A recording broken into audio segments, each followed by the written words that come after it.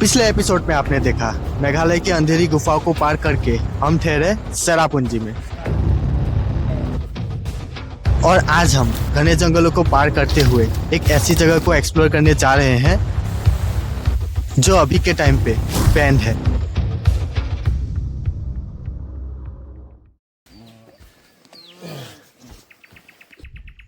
Good morning भाई। क्या बन रहा है? हलवा। ए बजी कहाँ भाग रहा है लेके? ओए कुआ। Okay boys, so we are heading to Wai Saudong. ये नाम इतना अजीब क्यों है? जिसकी दूरी है यहाँ से लगभग 14 kilometre. Are you boys ready? Ready buddy. Yeah let's गो बडी। मेघालय जिसका मतलब है मेघों का घर, मतलब बारिश का घर, और यहाँ पे पल भर में वेदर चेंज होता रहता है, जैसे कि पहली हिचहाइकिंग की कोशिश और नाकामयाबी। शायद दिन ब दिन हम आलसी होते जा रहे हैं, क्योंकि हिचहाइकिंग हमारे लिए आम बात बन चुकी है। इसलिए दूसरी कोशिश, लेकिन पेनल्टी लग गया किसी का। Hitchhiking is all about luck bro. एक बार थोड़ा सा एक्सपर्ट क्या बन गया, हर जगह उंगली करते रहता है। पैदल चलियो। अंगद कुछ भी बोले, लेकिन उम्मीद पर दुनिया कायम है। शायद अंगद की काली जुबान लग गई। फिर सोचा डेस्टिनेशन से ज्यादा मायने रखता है जर्नी, इसलिए जल्दबाजी ना करते हुए आसपास की शांति और खूबसूरती को महसूस करते हुए धीरे से आगे बढ़ा जाए। क्या हुआ बड़ी? पक्की रास्ते को छोड़ के कच्चे रास्ते से हमें जाना होगा, गांव के बीच में से होते हुए। बहुत मजा आएगा। अरे भाई उस तरफ नहीं भाई, लौट के आजा। किस को मैं लेके आ रहा हूँ भाई? यह गांव के बीच चलते हुए अंगद ने हमेशा की तरह एक फिर से नई खोज की। क्या हो गया? It's a prank! पर ऐसा क्यों? इस हालत में क्यों?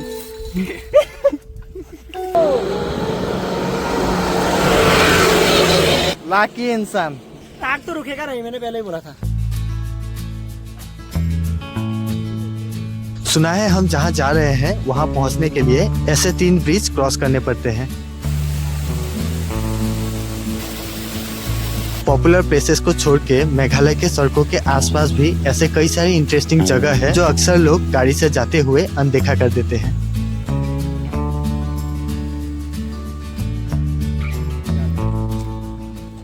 वाइट साउडोंग तक अब सिर्फ 4 किलोमीटर बचा हुआ है।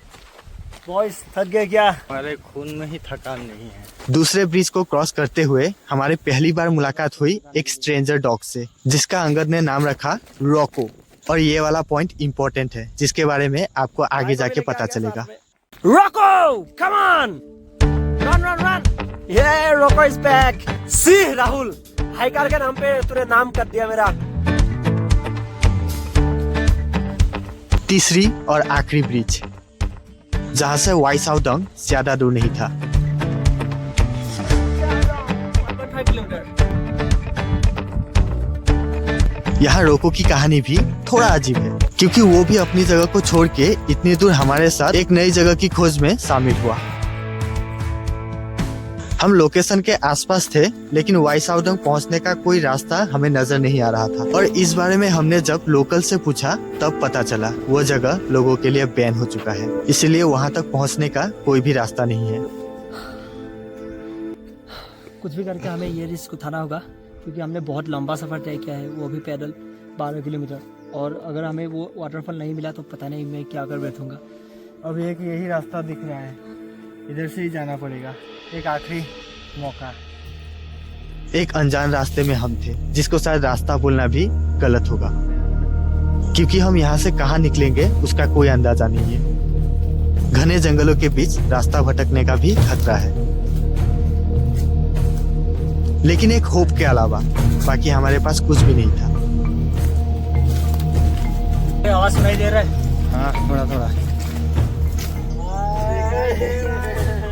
और उसी होप और दूर तक सुनने की कला की वजह से हम वे साउडोंग को खोजने में कामयाब रहे। लेकिन अभी भी हम बहुत ऊपर थे, इसीलिए नीचे जाने के लिए हमें फिर से रास्ता ढूंढना पड़ा। यहाँ पे कोई लोग आते नहीं, मतलब पहले आते थे और ये ब्रिज टूटा हुआ है, नीचे जाना बहुत खतरनाक हो सकता है। All good buddy.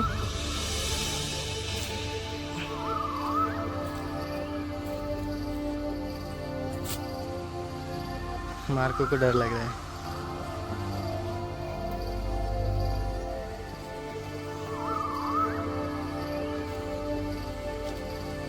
Ladies and gentleman, सो ये है घने जंगलों के बीच वे चाओडोंग वाटरफॉल।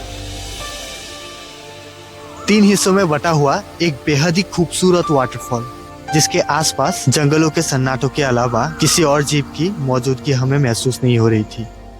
ये बेसिकली 3 लेयर वाटरफॉल है। हम ट्राई करेंगे कि सबसे ऊपर लेयर तक पहुंचा जाए।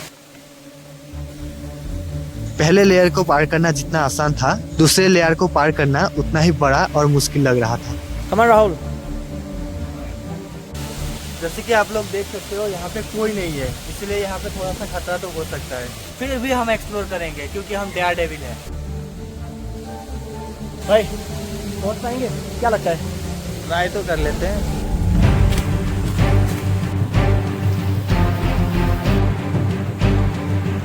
यहाँ पे ऐसे ऐसे गड्ढे हैं और यहाँ से गिर गए तो सीधे यहाँ पे लगेगा, नहीं तो वहाँ पे। वीडियो में ये ऊंचाई छोटी लग सकती है, लेकिन असलियत में ये काफी ऊंचा था, जिसका हिसाब आप ये फुटेज से लगा सकते हैं। अंगद के हिसाब से ऊपर पहुंचा जा सकता है, लेकिन नीचे उतरना काफी खतरनाक साबित हो सकता है।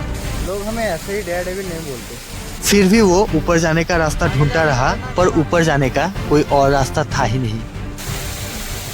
थोड़ा सा रह गया दिन पे ऊपर तक पहुंचने चला, लेकिन अब बारी है नहाने की।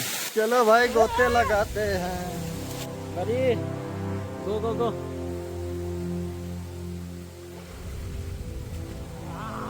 काफी थकान भरा दिन था और जिंदगी में ऐसे सुकून भरे मौके बार बार नहीं मिलते।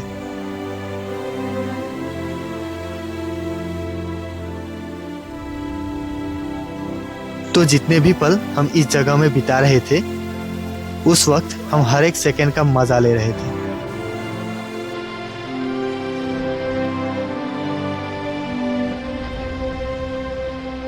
जहाँ पे था एडवेंचर, हैप्पीनेस एंड पीस।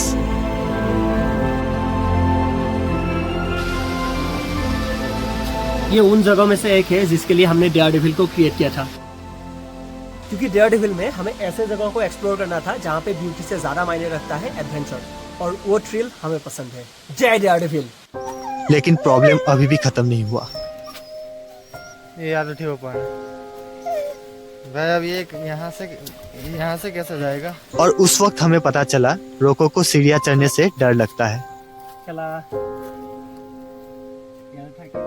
जा जा जा। और उस सुनसान जगह में उसे अकेले छोड़ के जाना इंसानियत के खिलाफ था। इसीलिए इस जोखिम भरे रास्ते से उसे निकालने का एक ही ऑप्शन था।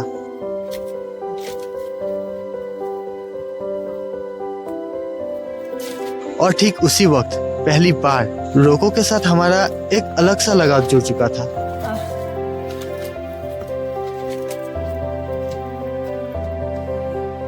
आज के पूरे सफर में हमें हमारे इस नन्हे दोस्त ने काफी मदद किया है। Thanks bro, thanks bro.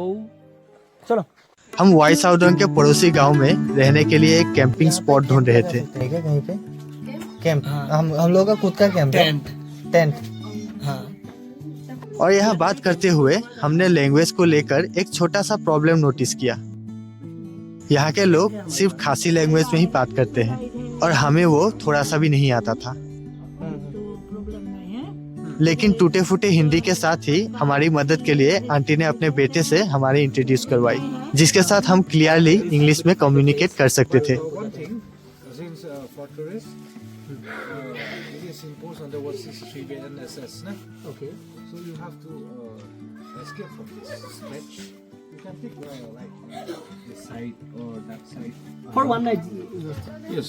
अक्सर हम जंगल के बीच कैंपिंग करते हैं, लेकिन भैया की बदौलत हमें गांव के बीच में कैंपिंग करने का मौका मिला।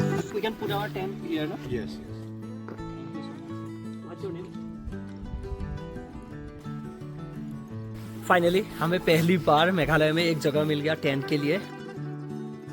सो we got that place, abandon houses के बीच में। पता नहीं यार क्या क्या हो रहा है।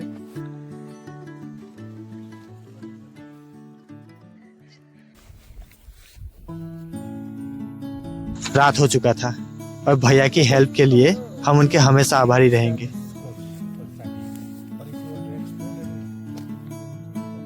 हम हैं अभी लाइक टू विलेज में, जहाँ पे हम कैंपिंग कर रहे हैं, साथ में थोड़ा सा बॉनफायर।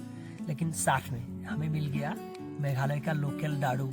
मेघालय पे एक्सपेक्टेड नहीं था, लेकिन भैया ने ढूंढ के निकाल के दिया।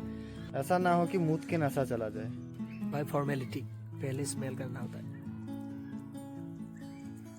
थाई, थाई, थाई। पहला सिप लेने जा रहा हूँ। ये मार्क्स है।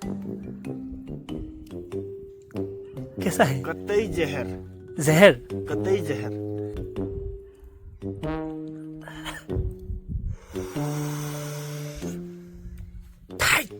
बढ़िया बे, बहुत बढ़िया, बढ़िया नहीं, नेपाल से बहुत- बढ़िया, रॉक्सी से बेहतर है। इसका नाम भी मैंने भैया से पूछा था, लेकिन भैया ने बोला कि देसी अल्कोहल। सीधी बातें बताओ, देसी अल्कोहल, कोई ये पार्टिकुलर नाम नहीं है। अभी आज रात के लिए खाने में हमारे पास है ब्रो लजीज मैगी, साथ में सैलड।